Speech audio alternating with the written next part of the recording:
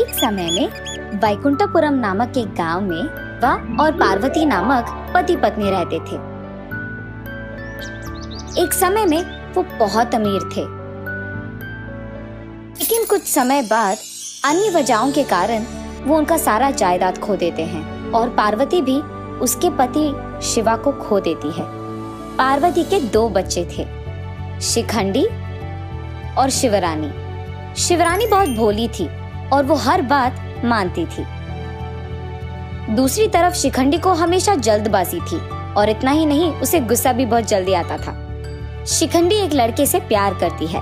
वो उसके दोनों घर वालों को बिठा के बात करवा के उस लड़के से शादी कर लेती है। कुछ दिनों बाद शिखंडी उसके ससुराल चले जाती है, लेकिन शिवरानी उसकी माँ को सहारा देते हुए उन्हीं के घर पे रह जाती है। ऐसे कुछ दिन बीत जाते हैं। जैसे जैसे दिन बढ़ते गए, ऐसे ही पार्वती का सेहत भी बिगड़ता गया और क्योंकि माँ की हालत ठीक नहीं है, शिवरानी उसकी माँ के साथ हर वक्त रहते हुए, उनके हर काम करते हुए उनकी अच्छी देखभाल करती है। फैसला करती है कि उसके पास मौजूद संपदा को दोनों बेटियों को देना चाहती है। इसीलिए वो उसकी बड़ी बेटी शिखंडी को बुलाती है। अपनी माँ की इस हालत के बारे में सुनते ही शिखंडी डर के मारे भाग के माँ के पास पहुँचती है और वहाँ अपनी माँ को उसी हालत में देख वो बहुत दुखी होती है। रानी और शिखंडी रोने लगते हैं। बेटी, मुझे समझ में आ गया कि ये मेरे आखिरी दिन है, इसीलिए तुम्हें एक आखिरी बार देखने का मन कर रहा था। इसके बाद तो कुछ भी हो जाए, मुझे कोई परवाह नहीं। हमारे पूर्वजों के बारे में तो तुम दोनों को पता ही है, वो बहुत अमीर थे। उसके बाद कुछ कारणों की वजह से हमारी पूरी जायदाद चली गई। उसके बाद अगर मैंने कुछ बचाया है तो वो सिर्फ ये 2 चीज हैं। इसमें 2 हार हैं। पहला वाला एक सोने का हार है, कम से कम 10 तुलों का होगा। दूसरा एक मणिहार है, ये हमारे पूर्वजों से मिलते आ रहा है। हाँ, ये हमेशा मेरे ही गले में था। ये कुछ 2 तुलों का होगा। इन दोनों में जिसको जो लेना है तुम ही फैसला करो, लेकिन याद रखना, इसमें मौजूद कीमती चीज सिर्फ निस्वार्थी को मिलते हैं। अच्छे से सोच समझकर फैसला करना बेटी। दोनों खूब समझकर एक फैसला करते हैं। पहले बड़ी बेटी शिखंडी, माँ, स्वार्थ की तो कोई बात नहीं है, लेकिन इसमें मौजूद 10 तुलों का हार मुझे चाहिए। उसके बाद छोटी बेटी शिवरानी यही चाहती थी कि पूर्वजों से आता हुआ ये हार उसी को मिले, क्योंकि उसके अनुसार उससे ज्यादा कीमती चीज और कोई हो ही नहीं सकती। ये सुनकर पार्वती थोड़ा सा हंसकर ऐसे कहती है, तुम दोनों के फैसले अच्छे हैं। ये कहकर उन दोनों को एक एक हार देती है। उसके बाद शिखंडी वो हार लेकर धीरे से वहां से चले जाती है। रानी, इधर आओ बेटी। मुझे बहुत दुख हो रहा है कि मेरे जाने के बाद तुम अकेली पड़ जाओगी। दुख इस बात की है कि मैं तुम्हारे लिए कुछ नहीं कर पाई, कम से कम तुम्हारी शादी भी। लेकिन याद रखना बेटी, अच्छों को अच्छा ही होता है। ये कहकर वो गुजर जाती है। एक तरफ शिखंडी का जीवन बहुत ही अच्छा होता है। उसका पति एक अच्छा व्यापार भी शुरू करता है और खूब पैसे कमाता है। कुछ दिन के बाद शिवरानी की शादी भी पक्की होती है। अपनी इकलौती बहन को शादी के लिए बुलाती है, लेकिन शिखंडी सोचती है कि कहीं उसे पैसे खर्च करने ना पड़ जाए, इसीलिए वो अपनी बहन के शादी पर भी नहीं जाती है। आखिरकार शिवरानी का शादी पड़ोसी गांव में खेती करने वाले एक किसान से होती है। ऐसे समय बीत जाता है। बुरी किस्मत के कारण उस साल बारिश बहुत ज्यादा गिरता है और उसी कारण किसानों के सारे खेत सत्यानाश हो जाते हैं। खेती के लिए लाए पैसों को चुकाने के लिए उनके पास पैसे ना होने के कारण शिवरानी और उसके पति दोनों सोचते हैं कि कर्ज कैसे चुकाएं। रानी, तुम्हारी बहन शहर में अच्छी स्थिति में है ना, उससे कुछ पैसे मांगेंगे क्या? इसके बाद जो फसल आएगा ना, उसमें उनके पूरे पैसे चुका देंगे। जैसे ही शिखंडी को ये बात पता चलती है, अयो हमारे पास कहाँ है पैसे, ऐसे झूठ बोलने लगती है। ये सुनकर रानी निराश होके चुपचाप खाली हाथ अपने घर वापस चले जाती है। 10 दिन बाद शिखंडी के पति ने जो व्यापार लगाया था उसमें नुकसान आने के कारण वो पैसे खो जाते हैं। सबको पैसे वापस लौटाना था। दूसरी तरफ रानी अपने पति को ऐसे देख नहीं पाती थी, इसीलिए वो फैसला करती है कि उसकी माँ के दिए हुए मणिहार को बेचकर वो पैसे चुका देगी। हार को बेचने जब दुकान जाती है तब दुकानदार इस हार को देखकर ऐसे कहता है, बेटी रानी, इस हार में एक बहुत कीमती वज्र है, उसका मूल्य कम से कम 1 करोड़ का होगा। आप अब गरीब नहीं रहोगे। ये सुनकर शिवरानी बहुत खुश होती है। उसी खुशी में उसे अपनी माँ की बात याद आती है, कीमती चीज निस्वार्थों को ही मिलता है। आए हुए उन पैसों से उसके सारे कर्ज चुका देती है। ये बात जानकर शिखंडी उसके कर्ज चुकाने के लिए मदद मांगने के लिए शिवरानी के पास जाती है। रानी, तुम्हारी सहायता मांगते हुए भी मुझे बहुत शर्म आ रही है, क्योंकि जब तुम्हारी बुरा हाल था मैंने तुम्हारी मदद नहीं की, और तो और तुम्हारी शादी में पैसे खर्च करने की जरूरत पड़ जाएगी, ये सोचकर मैं तुम्हारी शादी को तक नहीं आई। लगता है कि उसी कारण मेरा आज ये हाल हो गया है। मुझे माफ कर दो बहन, अब मुझे कुछ पैसों की जरूरत है, क्या तुम मेरी मदद कर सकती हो? अरे दीदी, इतनी बड़ी बातें क्यों? मैं तुम्हारी बहन हूँ, तुम्हारी सहायता नहीं करूँगी तो और किसकी करूँगी? ये कहकर वो उनके कर्ज के लिए नहीं बल्कि सुख शांति से जीने के लिए और भी पैसे देकर उसके दीदी को वापस उसके शहर भेज देती है। कुछ दिन बाद रानी ये फैसला करती है कि जितने पैसे उसको चाहिए हैं वही उसके पास रखकर बाकी से वो उसके माँ के नाम एक आश्रम खड़ा करेगी। माँ, पूर्वजों से आता हुआ ये हार बेचने के लिए मुझे माफ कर दो। ये कहकर वो उसकी माँ के नाम पे एक आश्रम स्थापित करके सबकी मदद करते हुए रहती है। एक समय की बात है जब दूर एक राज्य में रहता था एक सच्चा और अच्छा महाराज। वह बहुत बुद्धिमान था और उसने एक शानदार सिंहासन खड़ा किया था। महाराज अत्यंत धनवान भी था। उनके पास थे 7 गुप्त कक्ष जहाँ पर वह अपना सारा सोना और धन रखा करते थे और केवल उन्हीं को उन कक्षों की पहुँच थी। उन कक्षाओं को खोलने की चाबी उनकी छड़ी थी जिसको वो हमेशा अपने पास ही रखते थे। छड़ी के ऊपर एक हरा रत्न था जिसको कक्ष के दरवाजे के ताले लगाने की छेद में डालना होता है, जिससे वो बड़ा दरवाजा खुल जाता है। अब सारे धन दौलत में महाराज को एक चीज बहुत प्यारी थी जो 7वें कक्ष में रखा हुआ था। वह एक सुंदर अंगूठी थी जिसको महाराज की माँ ने मरने से पहले दिया था। अतः महाराज ने उस अंगूठी को एक शीशे के बक्से में रखा था। हर रोज अपनी माँ की याद में वह उस अंगूठी को देखा करते थे और फिर अपनी छड़ी से दरवाजा पर ताला लगा देते थे।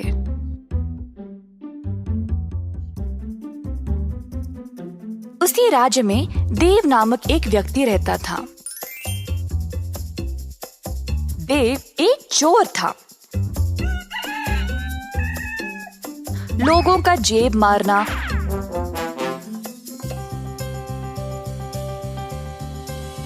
और छोटी मोटी चोरी दुकानों से करना उसका काम था। मगर अब देव इन छोटी मोटी चोरियों से ऊब गया था। अब कुछ बड़ा करना चाहता था, अमीर बनने के लिए। अब एक ही जगह इस लायक थी, महाराजा का महल। पर वो उधर जाएगा कैसे? महाराजा से ही सीधा कैसे चोरी करेगा? देव लालची था और कई दिनों तक इस महा चोरी की योजना बना रहा था।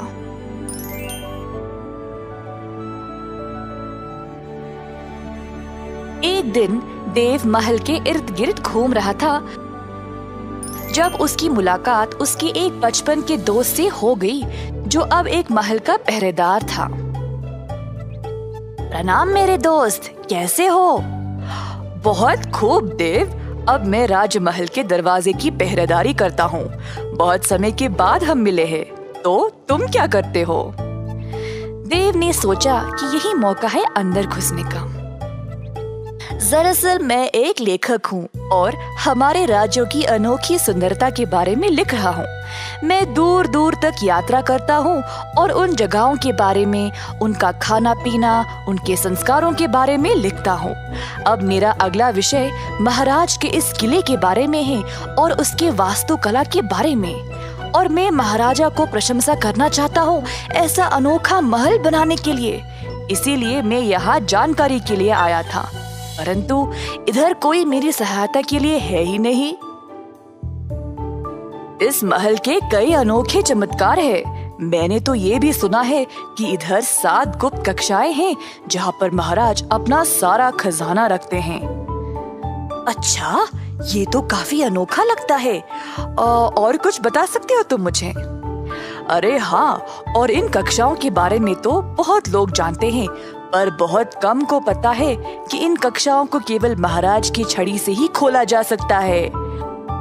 ओह, वही जिसपे हरा रत्न लगा है। वाह, मुझे तो पता ही नहीं था। हाँ, वही। खैर, उम्मीद है तुम्हें कुछ तो जानकारी मिल गई। अब मैं चलता हूँ, फिर मिलेंगे देव। देव ने अपने दोस्त को अलविदा कहा और वापस घर चला गया।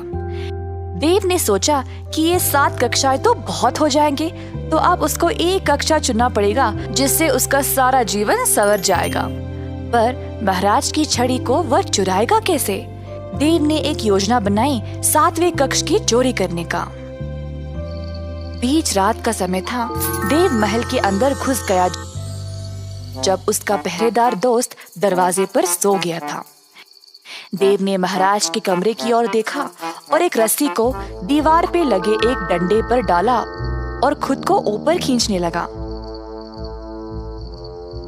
खिड़की से झांक के देखा तो महाराज सोए थे। धीरे से वह कमरे में आया और वही थी छड़ी। देव ने छड़ी ली और महल की सीढ़ियों से कक्षों तक पहुंच गया, परंतु हर एक कक्ष पर एक पहरेदार था।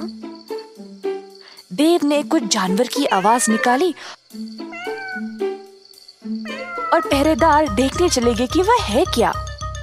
तुरंत देव 7वें कक्ष की ओर गया और छड़ी से दरवाजे को खोल दिया। देव ने अपना भोरे निकाला और जितना हो सका उसमें डाल दिया। शीशे के बक्से वाली अंगूठी भी उठा लिया और जल्दी से दरवाजे को बंद करके वहां से चला गया। अगले दिन महाराज जब नींद से जागे तो हैरान परेशान हो गए। उनकी छड़ी लापता थी और कक्ष में जाके देखा तो उनकी माँ की अंगूठी भी गायब। महाराज आग बबूले हो गए, पर उनको पता था कि चोर को कैसे पकड़ा जाए। तुरंत उन्होंने एक पत्र लिखा अपने राज्य के लिए। मैंने अपनी सबसे कीमती चीज खो दी है, एक अंगूठी, और किसी ने उसको चुराया है। अगर किसी को भी ये मिले तो मुझे वापस लौटा दे और बदले में उसको ढेर सारा खजाना भेंट में दिया जाएगा। कई दिनों तक बहुत लोग आगे आए नकली अंगूठियों के साथ, पर महाराज अपनी माँ की अंगूठी को अच्छे से पहचानते थे, तो सबको वापस भेज दिया करते थे। जब ये खबर देव तक पहुंची तो उसने देखा कि वो अंगूठी तो उसी के पास थी। देव को अब और खजाने की लालच लग गई। ये तो कोई पुरानी अंगूठी लगती है। मैं महाराजा को बोलूंगा कि मुझे कहीं मिली और फिर भेंट में दिया खजाना भी ले आऊंगा।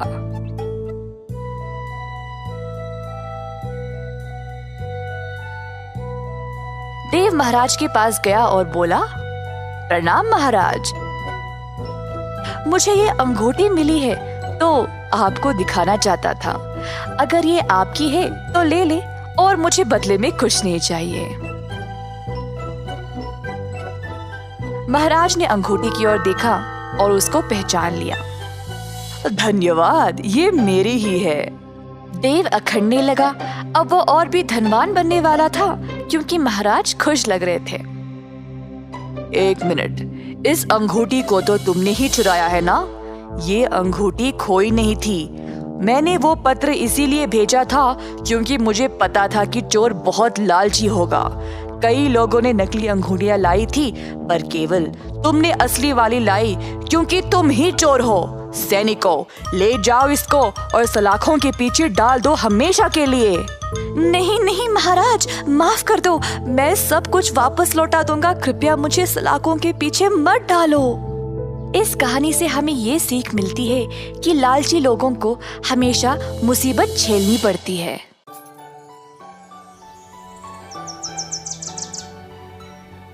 वाराणसी नामक एक शहर में था एक जवान लड़का देव, जो अपनी विधवा माँ के साथ रहता था।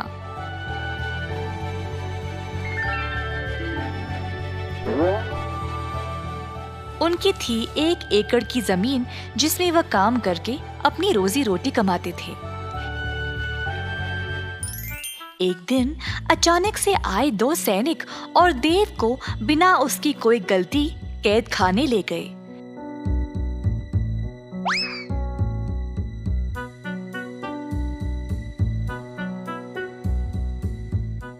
देव की माँ ने सैनिकों से बहुत भीख मांगा, पर उन्होंने उनकी बात नहीं सुनी और उसको कैद खाना ले गए।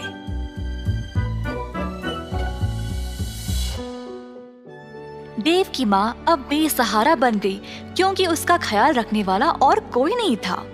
इन सब की वजह से अब खेती का काम भी रुक गया। इसी तरह दिन बीत गए और सारा खेत सूख कर नष्ट हो गया। कमाने का उनका यही जरिया था और अब माँ के पास कोई खाना भी नहीं बचा। देव की माँ को समझ नहीं आया कि वह क्या करे। वह अपने बेटे से बात करना चाहती थी, शायद वो उसको बताए कि वह क्या करे। देव की माँ गई एक गुरुजी के पास एक पत्र लिखने में उनकी मदद मांगने। गुरुजी, मेरे बेटे को बंदी बनाया गया है बिना उसकी कोई गलती के। अब मेरा ख्याल रखने के लिए कोई नहीं रहा। कृपया आप देव के लिए मेरी तरफ से एक पत्र लिख दें। देव की माँ, आप जैसा चाहे मैं वैसा ही करूँगा। आप हौसला रखिए, सब ठीक हो जाएगा। गुरु ने पत्र लिखा।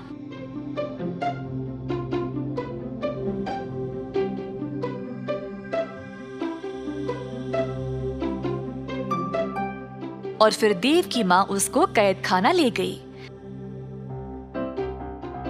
दरवाजे पर पहरेदार ने माँ को रोका।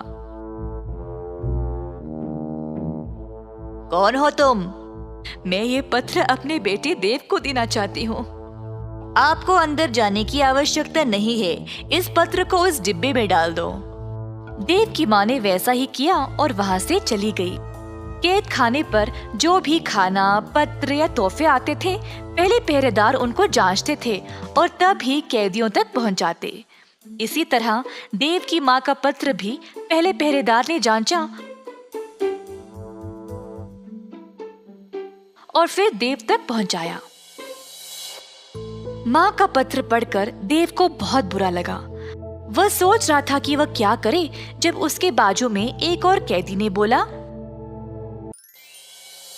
हे देव, तुम्हारे परिवार ने क्या भेजा है तुम्हारे लिए? कुछ नहीं भाई, बस ये पत्र है। मेरी पत्नी ने मेरे लिए मेरा मनपसंद केक भेजा है, पर इन पहरेदारों ने तो इनको पूरा खराब कर दिया। तो हमें जो भी मिलता है हर एक चीज की जांच होती है क्या? हाँ जी भाई साहब। देव को इस बारे में पता लगने के बाद उसने वापस अपनी माँ को एक पत्र लिखा। पहरेदार एक एक करके पत्र पढ़ते गए जब एक पहरेदार ने बोला, हे, देखो इस पत्र में क्या लिखा है। क्या है, जरा दो इधर। पहरेदार ने फिर जोर से पत्र को पढ़ा।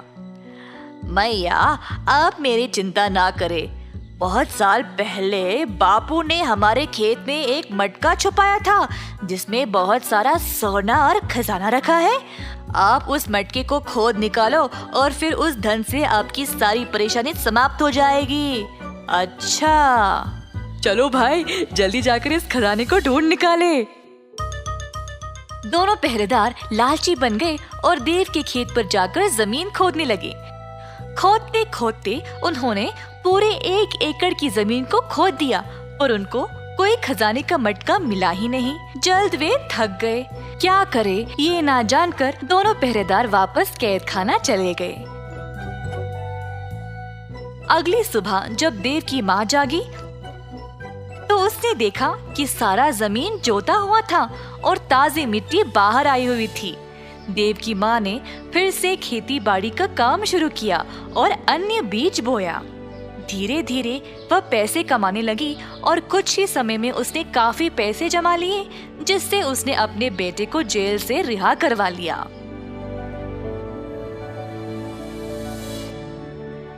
अगर मन से कोई चीज चाहिए होती है तो उसको पाने के लिए कोई ना कोई रास्ता निकल आता है।